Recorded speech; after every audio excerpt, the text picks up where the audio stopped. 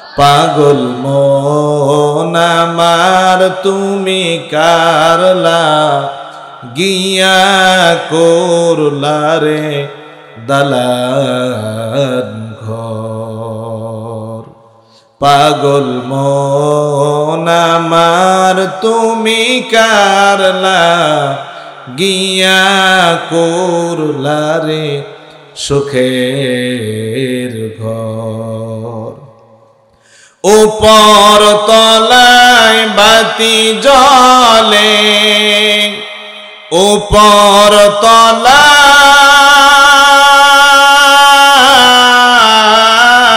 বাতি জ্বলে, নিস্তলাতে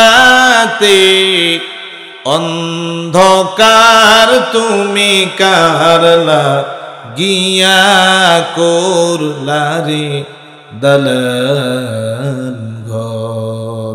পাগল মন আমার তুমি কারলা গিয়া করলা রে সুখের ঘর। ভাই বলো বন্ধু বলো নয়তো আপন কেহ তোমার। ভাই বলো বন্ধু বলো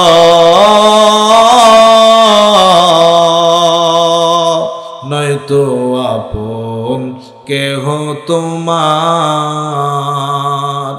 দু চারটা দিন কেঁদে কেহ, দু চারটা দিন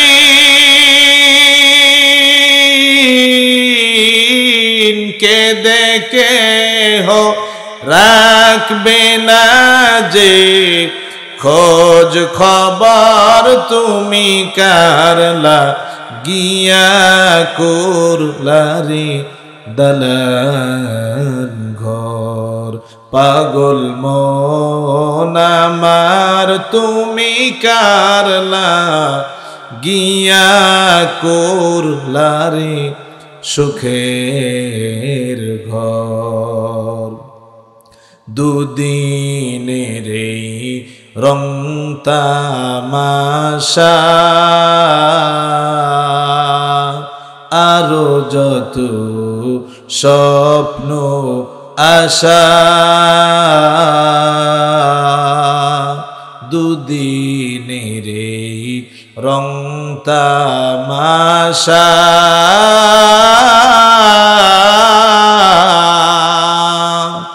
আরো যত স্বপ্ন আশা,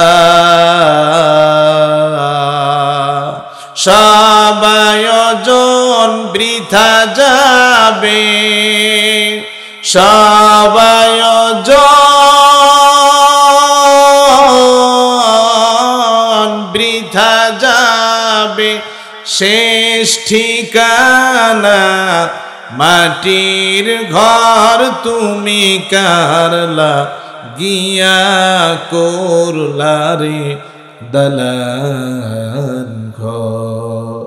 পাগল মন আমার তুমি কারলা গিয়া করলা রে সুখের ঘর। উপর তলায় বাতি জ্বলে, উপর তলায় বাতি জ্বলে, নিচ তলাতে অন্ধকার তুমি কারলা গিয়া করলা রে দালান ঘর।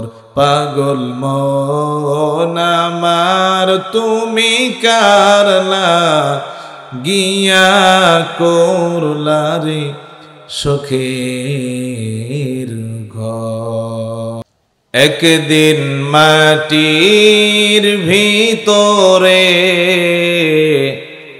হবে ঘর রে মন আমার, কে কেন বন্ধো দালান ঘর রে মন আমার, কেন বন্ধো দালান ঘর। একদিন মাটির ভিতরে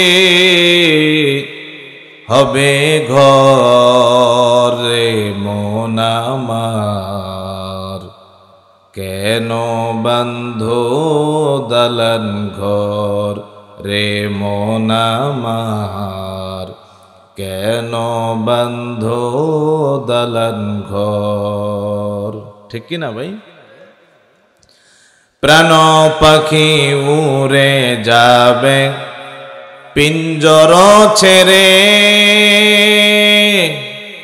ধরাধামে সবই রবে তুমি যাবে চলে। প্রাণ পাখি উড়ে যাবে পিঞ্জর ছেড়ে, ধরাধামে সবই রবে তুমি যাবে চলে। বন্ধু বান্ধব যত মাতা পিতা তারা সুত, বন্ধু বান্ধব যত মাতা পিতা তারা সুত, সকলেই হবে তোমার পর রে মন আমার, কেন বন্ধো দালান ঘর রে মন আমার, কেন বন্ধো দালান ঘর। একদিন মাটির ভিতরে হবে ঘর রে মন আমার, কেন বন্ধো দালান ঘর। দেহ তোমার চর্মচর গলে পচে যাবে, শিরা উপশিরা গুলো ছিন্ন ভিন্ন হবে। দেহ তোমার চর্মচর গলে পচে যাবে, শিরা উপশিরা গুলো ছিন্ন ভিন্ন হবে। মুন্ডু মেরুদণ্ড সবই হবে খণ্ড খণ্ড, মুন্ডু মেরুদণ্ড সবই হবে খণ্ড খণ্ড, পরে রবে মাটির উপর রে মন আমার, কেন বন্ধো দালান ঘর রে মন আমার, কেন বন্ধো দালান ঘর। একদিন মাটির ভিতরে হবে ঘর রে মন আমার, কেন বন্ধো দালান ঘর। আল্লাহ রব্বুল আলামিন ডাক দিয়া বলেন, ফাইদা জাআ আজালুহুম লা ইস্তাখিরুনা সাআতাও ওয়া লা ইস্তাকদিমুন। আল্লাহ ডাক দিয়া বলেন, বান্দারে প্রত্যেকটা মানুষকে মৃত্যুবরণ করতে হবে। কোন সময় করতে হবে? যখন আল্লাহ আপনার আমার মৃত্যু লিখে রেখেছেন, সেই সময় মৃত্যু আপনার আমার সামনে হাজির হবে। 1 মিনিট আগেও হাজির হবে না, 1 মিনিট পরেও হাজির হবে না। ঠিক কিনা ভাইরা আমার? প্রত্যেকটা মানুষ মৃত্যুবরণ করবে। পৃথিবীর সমস্ত মাখলুক মৃত্যুবরণ করবে, সমস্ত জিন মৃত্যুবরণ করবে, সমস্ত জীবজন্তু মৃত্যুবরণ করবে। সমস্ত মাখলুকের মৃত্যু হওয়ার পর আজরাইল আসমানের ফেরেশতাদেরও জান কবজ করবেন। আপনি চিন্তা করেন না শুধু আপনি মারা যাবেন না, আপনি মারা যাবেন, মাটির নিচে একটা পিঁপড়া আছে, সেই পিঁপড়াটাও মারা যাবে। আসমানে যে ফেরেশতা আছে সেই ফেরেশতাগুলো মৃত্যুবরণ করবে। আল্লাহ তাদেরকেও একদিন মৃত্যু দিবেন, তারাও মারা যাবে। এরপরে আল্লাহ সব মাখলুক যখন মৃত্যুবরণ করবে, আল্লাহ আজরাইলকে ডাক দিয়া বলবেন, আজরাইল এখন আর কে কে মৃত্যুবরণ করা বাকি? আজরাইল ডাক দিয়া বলবে, মালিক আমার সব মাখলুক মৃত্যুবরণ করেছে, এখন কেবলমাত্র আপনার আরশ মহল্লা বহনকারী 12 জন ফেরেশতা, এই 12 জন ফেরেশতা বাকি, আর আমি আজরাইল বাকি, আর আপনি আল্লাহ বাকি। আপনি আল্লাহর তো কোনো মউত নাই। আল্লাহ ডাক দিয়া বলবে, আজরাইল আমার আরশ মহল্লা বহনকারী 12 জন ফেরেশতা, তাদের জানটাও কবজ করে নেও, তাদের রূহটাও বের করে নেওয়া হবে। আল্লাহ ডাক দিয়া বলবেন, আজরাইল এখন আর কে কে বাকি? আজরাইল ডাক দিয়া বলবেন, মালিক আমার এখন কেবলমাত্র আমি আজরাইল বাকি, আর আমার সামনে আপনি আল্লাহ। আল্লাহ ডাক দিয়া বলবেন, আজরাইল তোমার রূহটাও তুমি বের করে নাও। আজরাইল নিজের জীবনকে নিজে বের করবে। তাহলে বোঝা গেল গর্তের পিপিলিকা থেকে শুরু করে এই যে যত মানুষ দেখেন, এই যে যত জিনের কথা শুনেন, যত মাখলুক আছে সব মাখলুক মৃত্যুবরণ করবে। আসমানের ফেরেশতারাও মৃত্যুবরণ করবে, এবং কি আল্লাহর আরশ মহল্লা বহনকারী 12 জন ফেরেশতা, এই ফেরেশতারাও মৃত্যুবরণ করবে। সর্বশেষ জানা গেল আজরাইল আলাইহিস সালাম, যিনি মানুষের জান কবজ করতেন, তিনিও একদিন মৃত্যুবরণ করবেন। ঠিক কিনা ভাই? আজরাইল আলাইহিস সালাম যে মনে করেন পৃথিবীর বড় বড় প্রধানমন্ত্রী থেকে শুরু করে নবী রাসূল সকলের জান কবজ করত, সেও একদিন কি করবে? মৃত্যুবরণ। হ্যাঁ, মন খারাপ করছেন ভাই?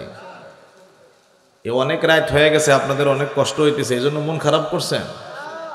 শুধু আজরাইল মারা যাবে তা না, তাহলে মানুষ জিন সমস্ত মাখলুক মারা যাবে। আজরাইল আলাইহিস সালাম তিনিও একদিন কি করবেন? মারা যাবেন। শুধু তাই নয়, এই যে মানুষের মৃত্যু, এই মৃত্যু একদিন মারা যাবে। মৃত্যু একদিন কি হবে ভাই? মৃত্যু একদিন কি হবে?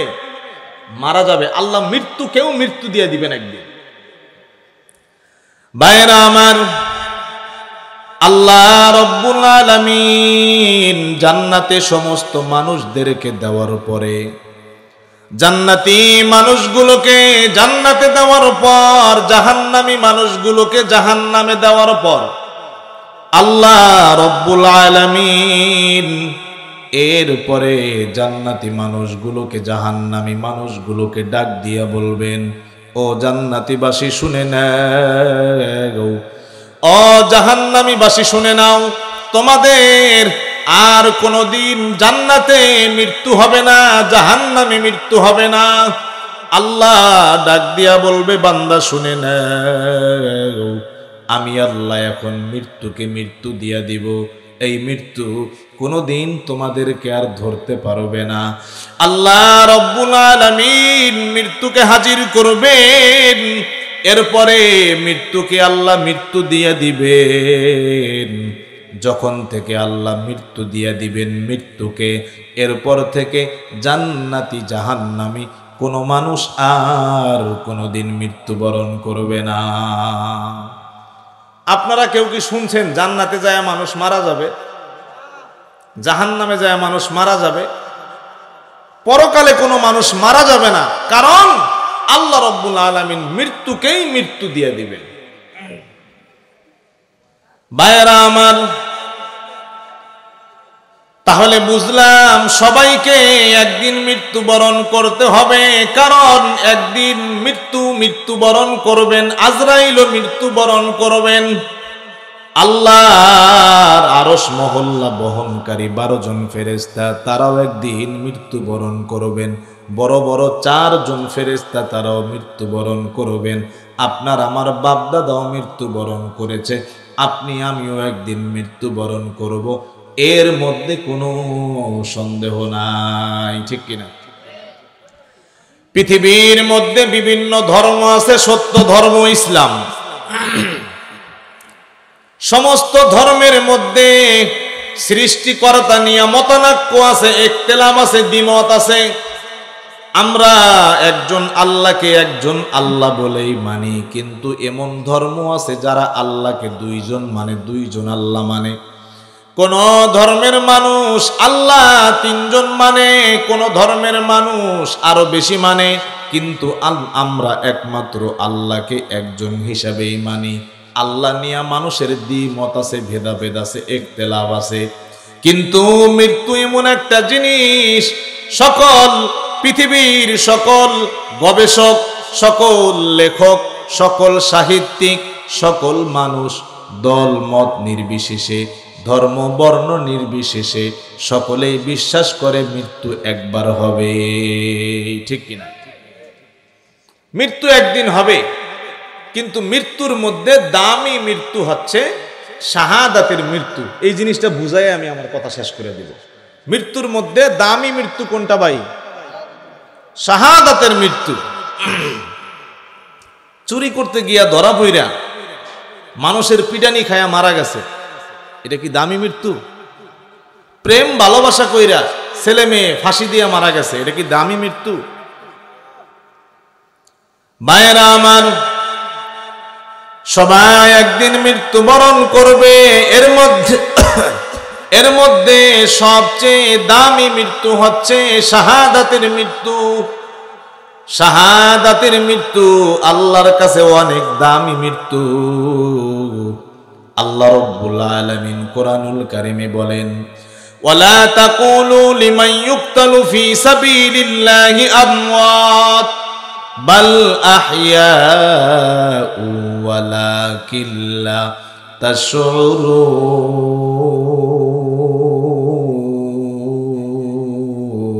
তাশউরুন। এই কালামে জিন্দা কোরআনে হাকিম, হিকমতে উলা ইয়াজালাস্তু কদিম, জামিউল ইলমি ফিল কোরআনে হাকিম, তাকাযারাত আনহু আফহামুর রিজালি, বাখা কোরআন কালামুল্লাহ বসুনু, কদিমাস্তি নইনু। জোরে বলা যাবে কি মারহাবা? ভাইরা আমার আল্লাহ রাব্বুল আলামিন কোরআনুল কারীমে বলেন, ওয়ালা তাকুলু লিমান ইউকতালু ফি সাবিলিল্লাহি আমওয়াত। আল্লাহ রাব্বুল আলামিন ডাক দিয়া বলেন, দুনিয়াবাসী শুনে নাও, যারা আল্লাহর রাস্তায় শাহাদাত বরণ করে, যারা আল্লাহর রাস্তায় মৃত্যু বরণ করে, তাদেরকে তোমরা কখনো মৃত্যু ভেবো না, তাদেরকে কখনো তোমরা মৃত্যু ভেবো না। আল্লাহ ডাক দিয়া বলেন, বাল আহইয়াউ ওয়ালাকিন লা তাশউরুন। যারা শাহাদাত বরণ করে, আল্লাহ বলেন বাল আহইয়া, তারা মরে নাই, তাদেরকে মৃত্যু ভেবো না। আমি আল্লাহ বলে দিলাম তারা হলো জীবিত। আল্লাহর নবী বলেছেন, শাহাদাত এটা হচ্ছে একটা সেতুর মতো। সেতুর এক পাশে হচ্ছে দুনিয়া, আর এক পাশে হচ্ছে জান্নাত। যেই মানুষটা আল্লাহর রাস্তায় শহীদ হলো, শাহাদাতের মৃত্যু যার নসিব হলো, এই মানুষটা যেন শাহাদাতের মাধ্যমে এই সেতুটা পার হয়ে আল্লাহর জান্নাতে পৌঁছে গেল। ইমানের পথে অবিচল থেকে আমার মরণ যেন হয়। কোরআনের পথে অবিচল থেকে আমার মরণ যেন হয়। তোমারই কাছে মিনতি আমার, তোমারই কাছে মিনতি আমার, ওগো রহিম দয়াময়। ইমানের পথে অবিচল থেকে আমার মরণ যেন হয়। ভাইয়েরা আমার, শাহাদাত যারা বরণ করে আল্লাহর রাস্তায়, তারা মরতে দেরি, জান্নাতে যাইতে কোনো দেরি হয় না।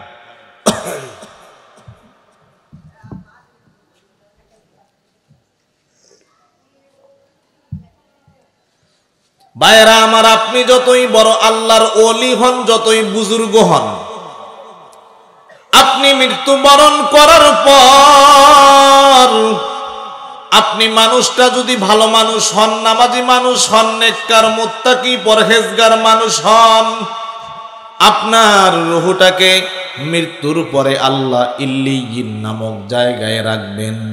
আর যদি মানুষটা খারাপ হয়, এই মানুষটা মৃত্যুবরণ করার পর তার রূহটাকে আল্লাহ পাক সিজ্জিয়িন নামক জায়গায় রাখবেন। কিন্তু যদি মানুষটা আল্লাহর রাস্তায় শহীদ হয়, শহীদের রূহকে আল্লাহ পাক ইল্লিয়িনে রাখেন না, সিজ্জিয়িনে রাখেন না, আল্লাহ শহীদের রূহকে সরাসরি জান্নাতে রাখেন।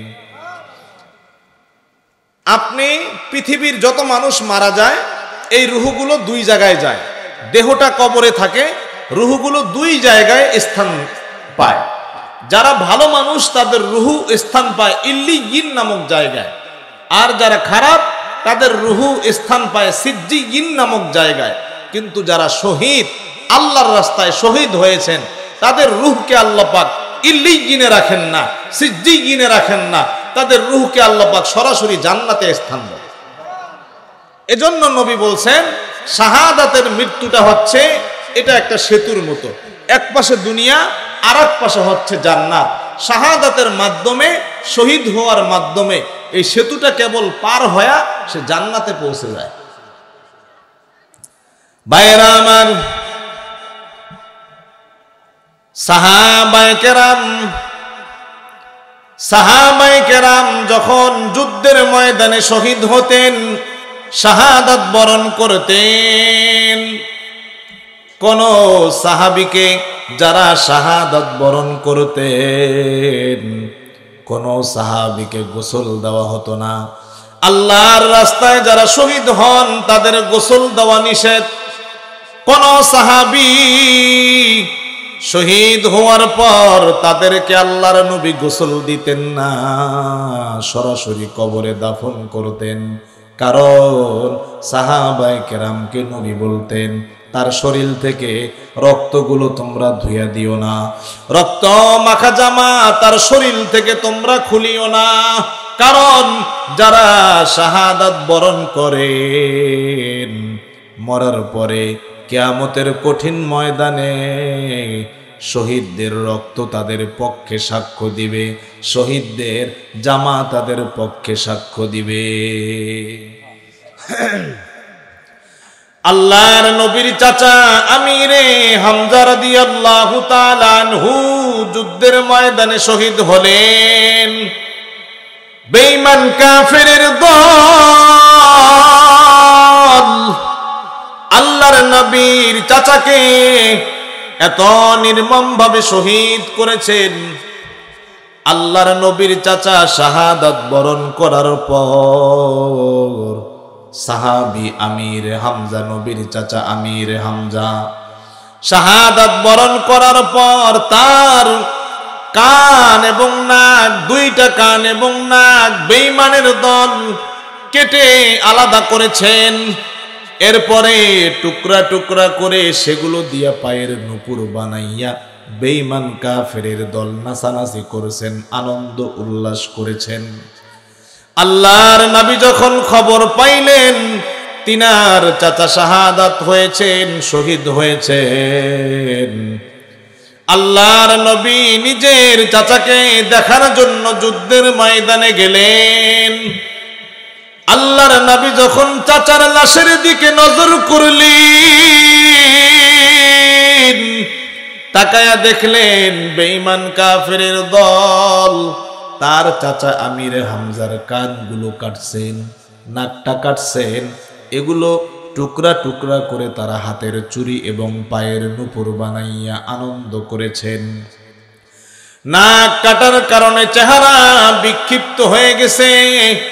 আল্লাহর নবী সাহাবায়ে কেরামদেরকে ঘোষণা দেন, সাহাবীরা রে, আমার চাচাকে বেঈমানের দল যেভাবে নির্মমভাবে হত্যা করেছে, যেভাবে আমার চাচার কান এবং নাক কাটছে, এমন অবস্থায় তোমরা আমার চাচাকে দাফন করো। কারণ হলো কিয়ামতের কঠিন ময়দানে আমার চাচার এই কানটা, আমার চাচার এই কাটা নাকটা আমার চাচার পক্ষে সাক্ষ্য দিবে। যেই জিনিস দিয়ে তারা শহীদ হয়েছেন, যেই পোশাক পরে শহীদ হয়েছেন, সব কিছু হাসরের মাঠে তাদের পক্ষে সাক্ষ্য দিবে। শহীদদের রক্ত হাসরের মাঠে মেশক আম্বরের চেয়ে বেশি সুঘ্রাণ ছড়াবে। কিয়ামতের মাঠে মানুষ খোঁজাখুঁজি করবে কার শরীর থেকে এত ঘ্রাণ আসে, তাকায়া দেখবে রক্ত মাখা শরীর, এর মানে শহীদ আল্লাহর রাস্তায় যে শহীদ হয়েছে তার শরীর থেকে রক্ত বের হচ্ছে।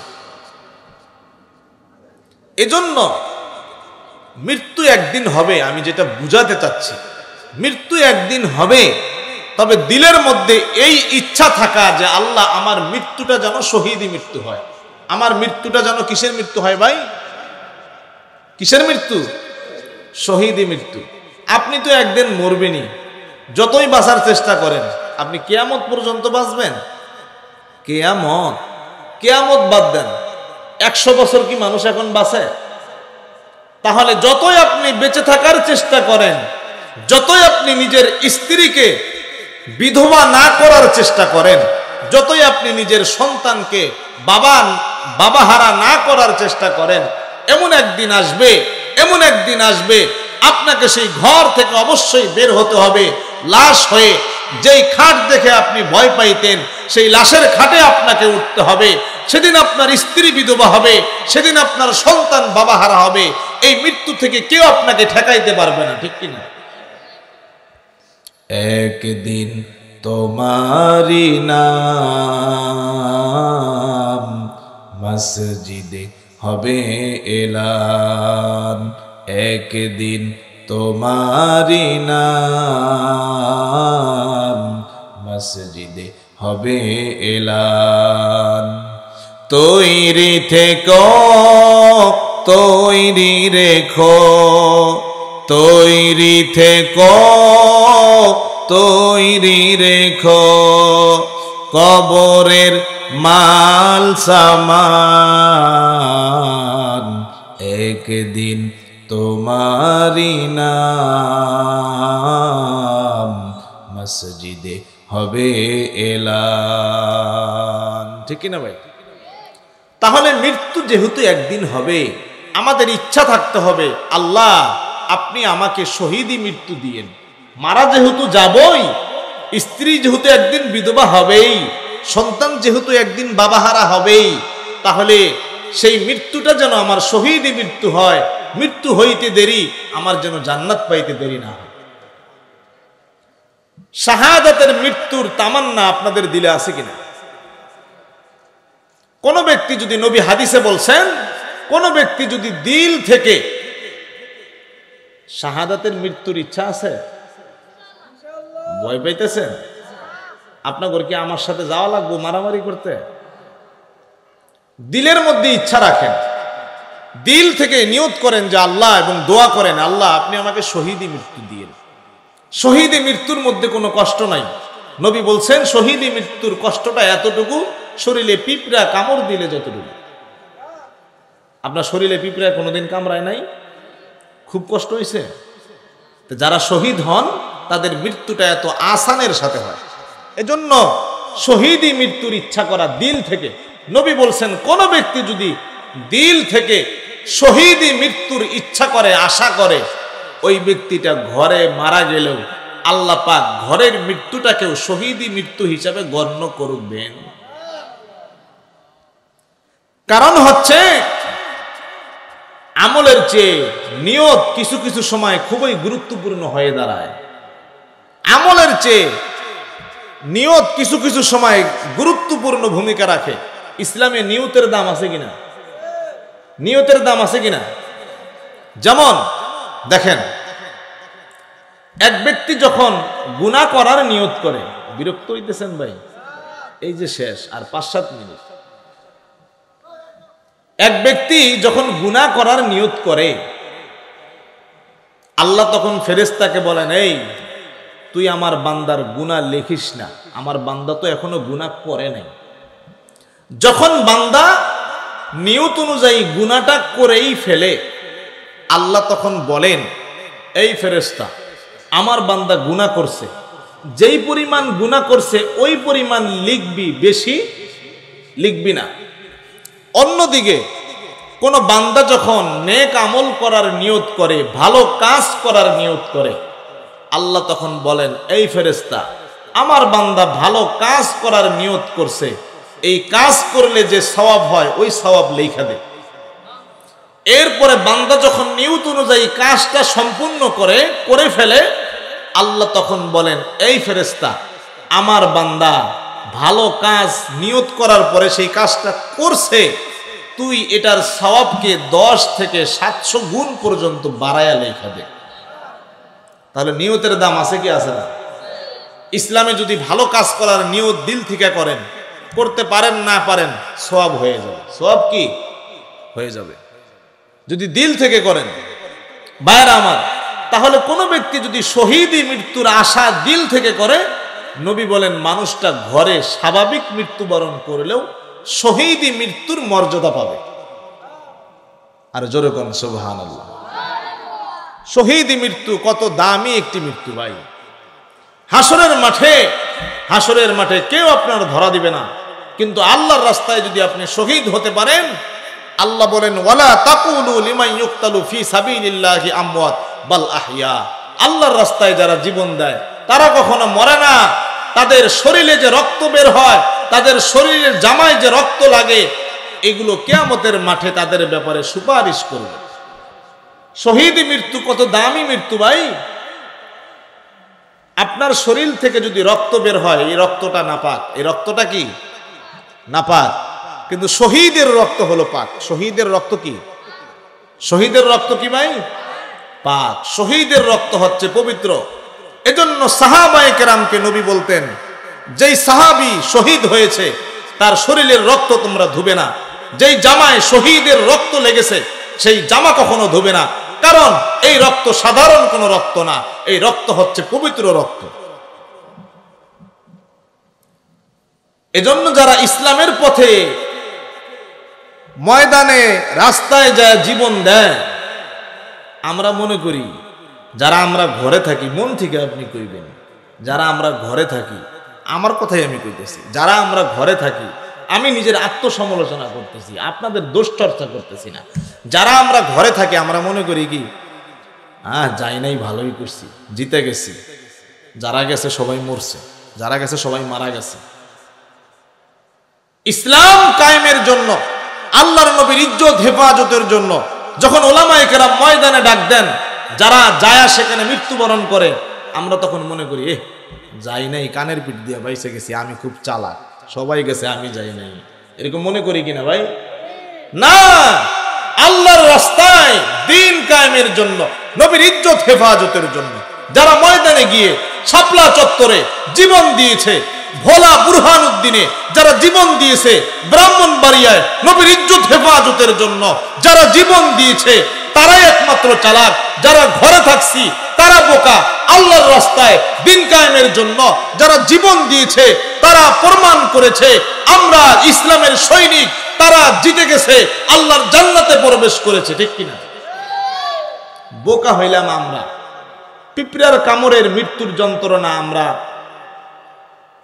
সেই রাস্তা বেছে না নিয়া আমরা যে ঘরে আসি একদিন তো মরবো, কিন্তু আমাদের মৃত্যুটা খুব কঠিন হবে। আমাদের মৃত্যুটা কি হবে ভাই? খুব ভয়ঙ্কর হবে, কঠিন হবে। একটা ঘটনা বলে আমি আমার শেষ করে দিব।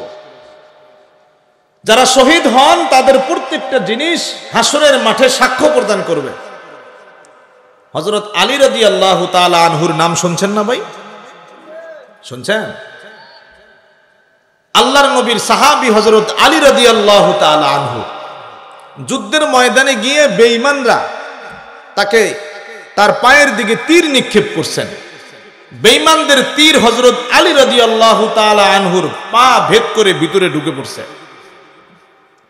হযরত আলী রাদিয়াল্লাহু তাআলা আনহু যুদ্ধ করতে গেছেন, যুদ্ধের ময়দানে পায়ের ভিতর দিয়া তীর ঢুকে পড়েছে।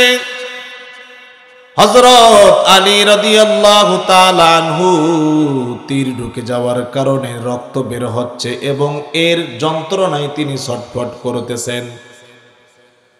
সাহাবায়ে কেরাম নবীকে ডাক দিয়া বললেন, নবী গো, আপনার সাহাবী আলী তার পায়ের ভিতর দিয়া তীর ঢুকে পড়েছে। এই তীরের ব্যথা যন্ত্রণায় হযরত আলী তীরটা ধরতেও দেয় না, বের করব তো দূরের কথা। আল্লাহর নবী সাহাবায়ে কেরামদেরকে ডাক দিয়া বললেন, সাহাবীরা রে, আমার সাহাবী হযরত আলী যখন সে নামাজ পড়ার জন্য দাঁড়াবে, নামাজ পড়াকালীন অবস্থায় তোমরা তার পায়ের তীরটা ভেদ করবে। নামাজে যখন দাঁড়াবে আল্লাহর ধ্যানে মশগুল থাকবে, দুনিয়ার কোনো কিছুর দিকে তার খেয়াল থাকবে না। এমন সময় নামাজ চলাকালীন হযরত আলীর পায়ের তীরটা তোমরা খুলবে। সাহাবায়ে কেরাম অপেক্ষায় রইলেন, নবীর সাহাবী হযরত আলী কখন নামাজ পড়ার জন্য দাঁড়ায়। হযরত আলী নামাজ পড়ার জন্য যাই নামাজে দাঁড়াইলেন, সাহাবায়ে কেরাম পিছন দিক থেকে এসে হযরত আলীর পায়ের তীরটা টান দিয়া খুলে ফেললেন। হযরত আলী নামাজ শেষ করলেন। নামাজ শেষ করার পর সালাম ফিরাইয়া ডাক দিয়া বললেন, ও আমার ভাইরা সাহাবীরা রে, আমার পায়ে যে তীর ছিল তীরটা কোথায় গেল? সাহাবায়ে কেরাম ডাক দিয়া বলে, ভাই আলী, আপনার পায়ের তীরটা আমরা বের করেছি। আল্লাহর নবী আমাদেরকে বলেছেন, আপনি যখন নামাজে দাঁড়াবেন সেই সময় যেন আমরা তীরটা খুলি। নবীর হুকুমে আপনি নামাজ চলাকালীন তীরটা আমরা টান দিয়া বের করেছি। হযরত আলী রাদিয়াল্লাহু তাআলা আনহু চোখের পানি ছেড়ে দিয়া হাউমাউ করে চিৎকার করা শুরু করলেন। ডাক দিয়া বললেন, ভাই আমার, কেন তোমরা আমার পায়ের তীরটা বের করলে? কারণ হলো আমার দিলের মধ্যে তামান্না ছিল, ইচ্ছা ছিল। আমার দিলের মধ্যে বড় তামান্না ছিল, ইচ্ছা ছিল। তীর আমার পায়ের মধ্যে ঢুকে পড়ছে, আমার পা থেকে রক্ত ঝরতেছে। রক্ত ঝরতে ঝরতে আমি যখন নিস্তেজ হয়ে মারা যাব, আমার নবী তো তীর সহকারে আমাকে দাফন করবেন। কারণ হলো শহীদদের শরীর থেকে কখনো কোনো কিছু খোলা হয় না, তলোয়ার লাগলে তলোয়ার সহকারে দাফন করা হয়। তীর ঢুকে পড়লে তীর সহ দাফন করা হয়। আমি আলীর দিলে বড় ইচ্ছা ছিল তীর সহ আমি এভাবে থাকব। রক্ত ঝরতে ঝরতে আমি যখন মারা যাব, এভাবেই আমার নবী আমাকে দাফন করবেন। কিয়ামতের কঠিন ময়দানে যেদিন কেউ কারো ব্যাপারে কথা বলবে না, সবাই ইয়া নাফসি বলবে, সেদিন আমার পায়ের তীরটা আমার পক্ষে সাক্ষ্য প্রদান করবে। এজন্য আমি তীরটা তোমাদেরকে বের করতে দেই নাই। আমি নামাজে দাঁড়াইলাম, তোমরা কেন আমার তীরটা বের করলে? এই আফসোস করে করে হযরত আলী চোখের পানি ফালাইতেছিলেন। আরো জোরে বলেন সুবহানাল্লাহ। ভাইরা আমার, জন্য আপনাদেরকে শেষ মূল সারাংশ কথাগুলো স্মরণ করিয়ে দেই। আল্লাহ কোরআনে বলছেন অবশ্যই আপনাকে আমাকে একদিন মৃত্যুবরণ করতে হবে, কিন্তু আপনার আমার দিলের মধ্যে নিয়ত থাকতে হবে, আল্লাহর কাছে দোয়া করতে হবে, আল্লাহ গো একদিন তো মৃত্যুবরণ করব, কিন্তু মৃত্যুটা আপনি আমাদের সাধারণ কোনো মৃত্যু দিয়েন না। আল্লাহ আমার মৃত্যুটা শাহাদাতের মৃত্যু দিয়েন। আল্লাহ গো আপনি আমাকে পানিতে ডুবাইয়া মাইরেন না। আল্লাহ গো আপনি আমাকে আগুনে পুরাইয়া মাইরেন না। আল্লাহ আপনি আমাকে রাস্তায় গাড়ির চাকার নিচে ফালাইয়া মাইরেন না। আল্লাহ গো আপনি আমাকে শাহাদাতের মউত দিয়েন। এই দোয়া যদি কেউ সব সময় করে, শাহাদাতের মৃত্যু যদি কারো ইচ্ছা থাকে, মন থেকে এমন ইচ্ছা থাকে, আল্লাহর নবী বলেন এই মানুষটা ঘরে মারা গেলেও তার মৃত্যুটা তাকে শাহাদাতের মর্যাদা দিবে। আরো জোরে বলেন সুবহানাল্লাহ।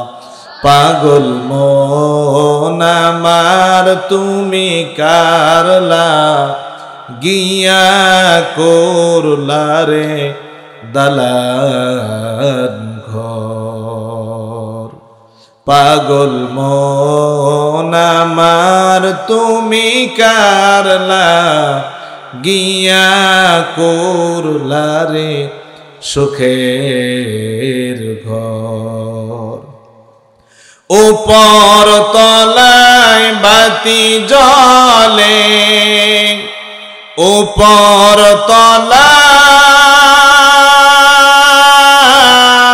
তলায় বাতি জ্বলে, নিস্তলাতে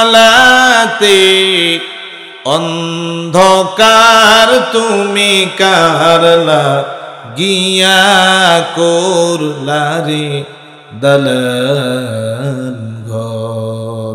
পাগল মন আমার তুমি কারলা, গিয়া করলা রে সুখের ঘর।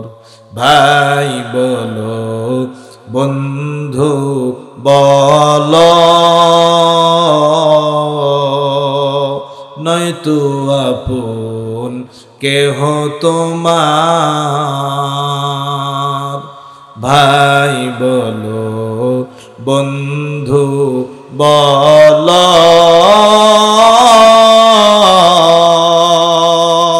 নয়তো আপন কেহ তোমার।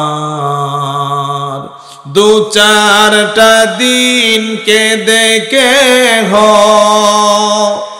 দু চারটা দিন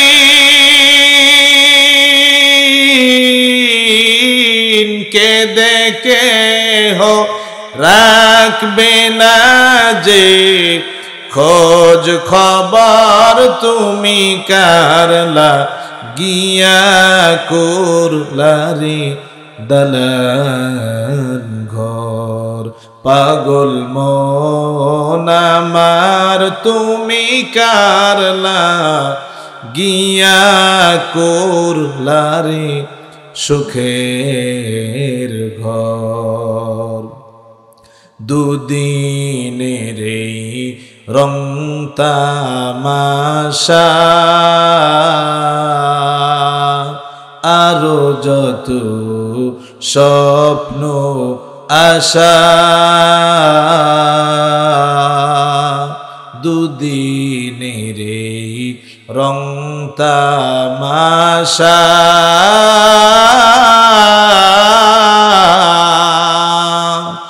আরো যত স্বপ্ন আশা,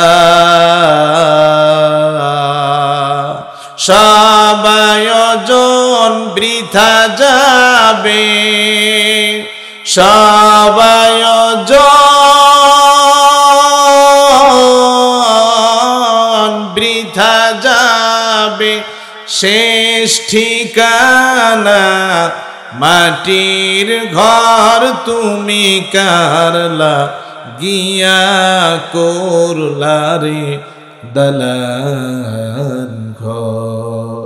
পাগল মন আমার তুমি কারলা গিয়া করলা রে সুখের ঘর। ওপর তলায় বাতি জ্বলে, ওপর তলায় বাতি জ্বলে, নিচ তলাতে অন্ধকার। তুমি কারলা গিয়া করলা রে দালান ঘর। পাগল মন আমার তুমি কারলা গিয়া করলা রে সুখের ঘর। জোরে বলা যাবে কি মারহাবা? আরো জোরে বলেন মারহাবা।